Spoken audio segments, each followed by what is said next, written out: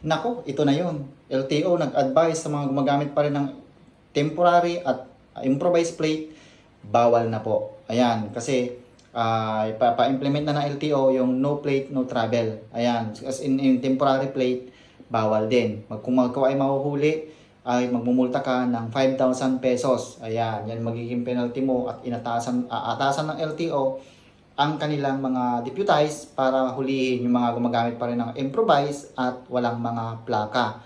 Okay, kaya pinapayuhan ng LTO ang mga motorista na kunin ang inyong mga plaka sa kanilang mga satellite office, district office, regional office, kung saan man yan, kung saan ang mother file mo, saan ang kasa mo, doon mo makukuha ang iyong plaka. Dahil ayon mismo sa LTO, kumpleto na ang plaka dito sa atin, no? Dahil sa bagong Pilipinas, sabi nga, kumpleto na ang plaka. Lahat ay gawa na.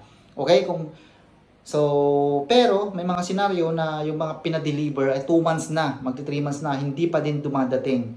Ayan, ako mismo nagpa-deliver hanggang ngayon, wala pa yung plaka na pina-deliver ko. So ayun, di natin alam kung kailan i-implement yan, pero nagbabala na ang LTO na uhulihin at pagmumultahin ng 5,000 pesos ang mga gumagamit pa rin ng improvise at temporary plate. Ayan, so dapat daw ay plaka na talaga ng LTO ang inyong ilalagay, yung original na plaka na mismo. Dahil kung ikaw ay natsambahan, 5,000.